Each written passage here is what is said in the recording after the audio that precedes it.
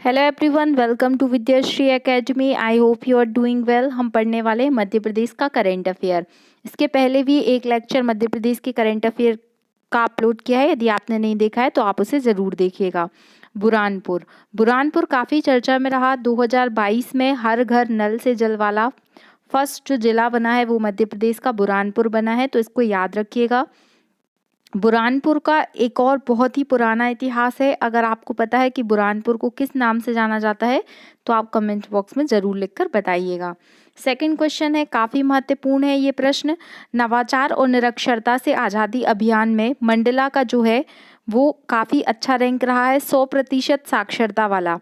चूँकि मंडला में जनजाति रहती है तो वहाँ पर क्या हुआ है कि निरक्षरता से आज़ादी लेकर एक अभियान चलाया गया था, जिसमें सबसे अच्छा प्रदर्शन मंडला जिले का रहा है और मंडला जिले को मुख्यमंत्री उत्कृष्टता पुरस्कार से सम्मानित किया गया है।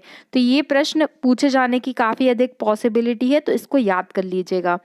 नेक्स्ट जो अवार्ड मिला है वो प्रधानमंत्री आवास योजना ग्रामीण क्षेत्र में छतरपुर और प्रधानमंत्री आवास योजना शहरी क्षेत्र में बड़वानी को मिला है। तो देखिए, छतरपुर जो है तो थोड़ा सा ग्रामीण क्षेत्र है, तो आप ग्रामीण क्षेत्र में छतरपुर को याद रखिएगा। और बड़वानी शहर जो होता है वो बड़ा होता है, तो ऐसे आप याद कर सकते हैं कि शहरी क्षेत्र में बड़वानी को मिला है और छोटे क्षेत्र में किसको मिला है, छतरपुर को मिला है। आई होप आपको ये समझ में आ गया होगा। मध्य प्रदेश ग्रामीण आजीविका मिशन में झाबुआ जिले को मुख्यमंत्री उत्कृष्टता पुरस्कार मिला है। यहाँ पर बात ग्रामीण आजीविका मिशन की हो रही है, तो झाबुआ को मिला है, ये भी याद रखिएगा। नेक्स्ट जो टॉपिक है वो है एक जिला एक उत्पाद में बालाघाट जिले का चिन्नौर चावल या चिन्नौर धान, इसको शामिल किया गया है। इसको एकदम याद रखिएगा, क्योंकि जो वन डिस्ट्रिक्ट वन प्रोडक्ट है, इसके क्वेश्चन आपसे पूछे जा सकते हैं। जैसे कि रीवा का आम फेमस है, इस तरीके से अलग अलग जिले की अलग अलग पहचान है। तो बालाघाट का जो चिन्नौर चावल है उसको एक जिला एक उत्पाद के तहत शामिल किया गया है। मध्य प्रदेश जिले के बालाघाट में जो चिन्नौर धान है वो अत्यधिक लोकप्रिय है।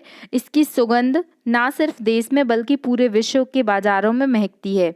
तो इसको जीआई टैग देने, इसकी विशेषताओं को ध्यान में रखते हुए चिन्नौर जो चावल है उसको जीआई टैग भी मिल चुका है। तो अपनी विशेष पहचान रखती है। कौन कौन सा चावल है? बालाघाट का चिन्नौर चावल। फिर बात करते हैं, एक बहुत ही फेमस चित्रकार है ये गौड़ कला के, जिनका नाम है जनगढ़ सेन श्याम।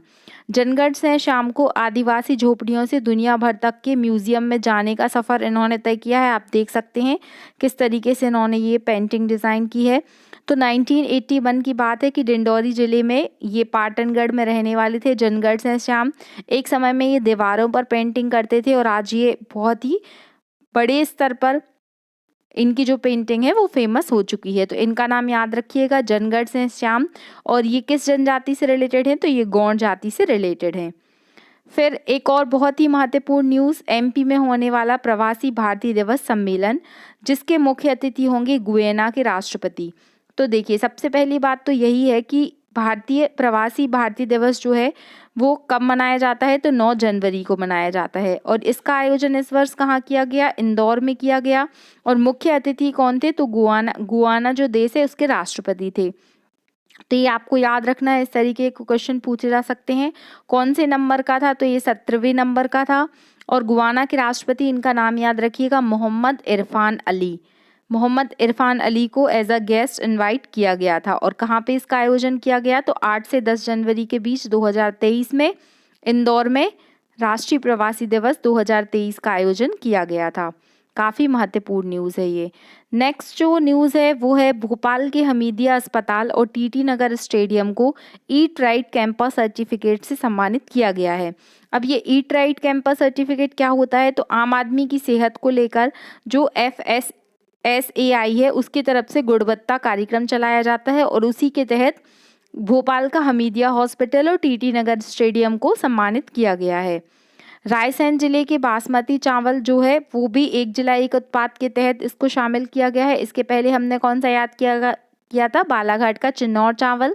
और ये है रायसेन जिले का बासमती चावल। दोनों में कंफ्यूज नहीं होना है, दोनों अलग अलग हैं। और इसे भी रायसेन के चावल को एक जिला एक उत्पाद के तहत सम्मिलित किया गया है। इस चावल की क्या स्पेशलिटी है कि यहाँ पर धान पूसा वन क्वालिटी का ये चावल होता है। इसका दाना काफ़ी लंबा होता है, सुगंधित होता है, तो इसको भी याद रखिएगा। नेक्स्ट क्वेश्चन है, नेक्स्ट जो टॉप न्यूज़ है करंट अफेयर का, वो है कि रतलाम का स्वादिष्ट नमकीन बना एक जिला एक उत्पाद। अब ये रतलाम का नमकीन, तो नमकीन सभी को पसंद होता है, लेकिन ये रतलाम के नमकीन की कुछ अलग ही बात है। तो एक जिला एक उत्पाद के तहत रतलाम का नमकीन जो है वो सम्मिलित किया गया है, और रतलाम के नमकीन को जीआई टैग भी पहले मिल चुका है, तो इसलिए ये काफ़ी स्पेशल टाइप का नमकीन होता है। फिर कूनो नेशनल पार्क बहुत अधिक चर्चा में रहा, क्यों रहा? क्योंकि देश का इकलौता चीतों का जो घर है वो बना है Kuno national park. PM Modi ji के बर्थडे पर नामीबिया से चीते लाए गए थे कूनो नेशनल पार्क में, जो कहाँ पर स्थित है? श्योपुर जिले में स्थित है। याद रखिएगा, श्योपुर ही नहीं है, कूनो नेशनल पार्क श्योपुर में स्थित है। और इसका मुख्यालय जो है करीब 20 किलोमीटर दूर जंगल के बीचों बीच में बनाया गया है। बहुत ही सुंदर और शांत प्रकार का पार्क है। देश में एकमात्र जो चीता सफारी बनाने का गौरव मिला है वो यहीं पर मिला है। और वो 5 प्रजातियां कौन कौन सी हैं? तो ये भी याद रखिएगा, बाघ, शेर, तेंदुआ, हिम तेंदुआ और चीतों के दुनिया के अस्तित्व वाला जो है वो कूनो नेशनल पार्क बन चुका है। फिर उदयगिरी की गुफाएं, उदयगिरी में है भगवान गणेश की 16 साल पुरानी प्रतिमाएं। तो इस तरीके से यदि कोई हिस्टोरिक बैकग्राउंड मिलता है तो ये इस तरीके के क्वेश्चन भी पूछे जा सकते हैं। तो आपसे पूछा जा सकता है कि उदयगिरी की गुफाएं कहाँ पर स्थित हैं? तो उदयगिरी की गुफाएं विदिशा जिले में स्थित हैं, और जो 16 साल पुरानी यहाँ पर गणेश जी की प्रतिमाएं मिली हैं, इसलिए काफ़ी चर्चा में रहा और ये आपसे पूछा जा सकता है। फिर मध्य प्रदेश में 3 जो बायोस्फीयर रिजर्व हैं वो कौन कौन से हैं? तो पचमढ़ी 1999 में इसको सम्मिलित किया गया था। दूसरा है अचानक मार्ग अमरकंटक, 2005 में इसको सम्मिलित किया गया। और तीसरा है पन्ना, 2011 में इसको सम्मिलित किया गया था। तो ये भी याद रखिएगा। फिर बात करते हैं कि मध्य प्रदेश में रोइंग एकेडमी के प्रभाकर राजावत ने जीता स्वर्ण पदक। तो पहले तो आपको यही याद रखना पड़ेगा कि इस खिलाड़ी का संबंध किस स्पोर्ट से है? तो रोइंग, जो रोइंग होता है वो तैराकी से रिलेटेड होता है। तो रोइंग जो है उससे समान उसके खिलाड़ी हैं प्रभाकर राजावत। इन्होंने जो थाईलैंड में एशियन रोइंग चैंपियनशिप हुई थी उसमें कौन सा मेडल लेके आए हैं? गोल्ड मेडल ये लेकर आए हैं। मध्य प्रदेश करेगा खेलो इंडिया यूथ गेम। खेलो India youth game 5th number का मेजबानी किया है मध्य प्रदेश ने। और ये प्रश्न आपके एग्जाम में चाहे वो किसी भी टाइप से पूछा जाए, एक प्रश्न तो इसी टॉपिक से पूछा ही जाएगा, क्योंकि बहुत अधिक चर्चा में रहा है। 31 जनवरी से लेकर 11 फरवरी तक मध्य प्रदेश के 8 शहरों में खेलो इंडिया यूथ गेम का आयोजन किया गया था। नेक्स्ट जो न्यूज़ है वो है मध्य प्रदेश में 5G इंटरनेट सेवा उज्जैन से शुरू की गई है। तो उज्जैन काफ़ी चर्चा में रहा है, क्योंकि महाकाल लोक कॉरिडोर का भी यहाँ पर उद्घाटन हुआ है। और जो 5G इंटरनेट है वो भी कहाँ से शुरू हुआ है? उज्जैन से इसकी शुरुआत की गई है, तो इसको याद रखना है आपको।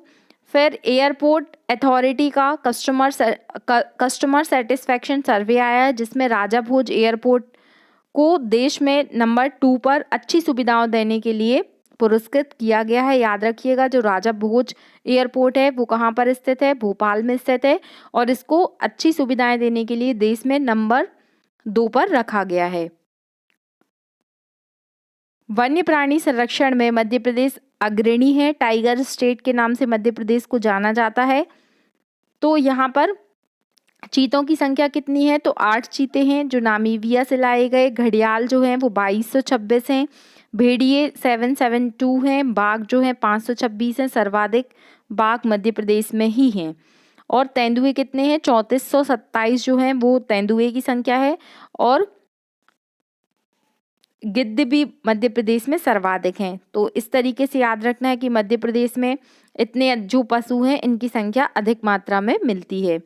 फिर फिल्मी दुनिया में मध्य प्रदेश जो है एक अपना अलग नाम कमा रहा है। मोस्ट फिल्म फ्रेंडली स्टेट के नाम से भी मध्य प्रदेश को जाना जाता है। तो याद रखिएगा, 68वें नेशनल फिल्म अवार्ड भी मिला है, और नई दिल्ली के नेशनल मीडिया सेंटर में इसकी घोषणा की गई थी। और देश भर में सबसे अधिक जो मोस्ट फिल्म फ्रेंडली स्टेट है वो है अपना प्यारा मध्य प्रदेश। फिर ये आपने सुना होगा कि हिंदी में एमबीबीएस शुरू करने वाला पहला प्रदेश जो बना है वो अपना मध्य प्रदेश बना है। तो चिकित्सा शिक्षा में निरंतर नवाचार और स्वास्थ्य सुविधाओं में मध्य प्रदेश लगातार विस्तार कर रहा है। देखिए प्रीलिम्स के लिए तो ये महत्वपूर्ण है ही, इसके साथ साथ ये सारे पॉइंट आपने मेंस आंसर राइटिंग में भी इनको इंक्लूड कर सकते हैं, आप इंटरव्यू में भी ये पॉइंट्स बता सकते हैं। तो जैसे हेल्थ से रिलेटेड कुछ क्वेश्चन आता है तो वहाँ पर आप इस पॉइंट को पुट कर सकते हैं। हिंदी में एमबीबीएस की पढ़ाई की जाएगी, जिससे क्या होगा, चिकित्सा शिक्षा में छात्र बीमा योजनाएं लाने का प्रावधान किया गया है। और इससे क्या होगा, अभी बहुत सारे लोग केवल अपने मीडियम की वजह से, क्योंकि आप जानते हैं कि मेडिकल की पढ़ाई जो है वो इंग्लिश में ही करनी पड़ती है, लेकिन अब बच्चों के पास ऑप्शन अवेलेबल रहेगा कि वो हिंदी में भी मेडिकल जैसी फील्ड की पढ़ाई कर सकते हैं। और मेडिकल नॉलेज शेयरिंग मिशन भी मध्य प्रदेश शुरू करने वाला है। स्वास्थ्य से समृद्धि की ओर आत्मनिर्भर मध्य प्रदेश, जैसे आपने आत्मनिर्भर भारत का नाम सुना है, उसी तरीके से आत्मनिर्भर मध्य प्रदेश की ओर लगातार मध्य प्रदेश कदम बढ़ा रहा है। Ayush, what is the full form of Ayush? Ayush का फुल फॉर्म आप मुझे कमेंट बॉक्स में लिखकर बताएंगे। Ayush health and wellness centre खोले जाएंगे, कितने? 562। आयुष औषधालय, आयुष चिकित्सालय और आयुष विंग, इस तरीके से पूरा आयुष के उस बेस पर जो हेल्थ की सर्विसेज हैं वो प्रोवाइड कराई जाएंगी। तो ये आपको याद रखना है। फिर जल जीवन मिशन के तहत हर घर नल से जल वाला जो जिला बना है वो कौन सा बना है? बुरहानपुर बना है। तो इसको भी आपको याद रखना है। फिर विकसित भारत के लिए विकसित Madhya Pradesh, invest Madhya Pradesh global investor summit हुई है, तो ये इंदौर में हुई है, इसको याद रखिएगा। 11 से 12 जनवरी 2023 में जो इन्वेस्टर समिट हुई है वो कहाँ पर हुई है? मध्य प्रदेश में हुई है। तो ये मध्य प्रदेश का करेंट अफेयर था। अगर आपको ये सीरीज़ अच्छी लग रही है तो आप बता दीजिएगा। बाकी आपको मध्य प्रदेश का करेंट अफेयर बहुत अच्छे से पढ़ना पड़ेगा, क्योंकि आपके एग्ज़ाम में इसका वेटेज बहुत ज़्यादा रहेगा। तो पढ़ते रहिए, खुश रहिए। जय हिंद, जय भारत।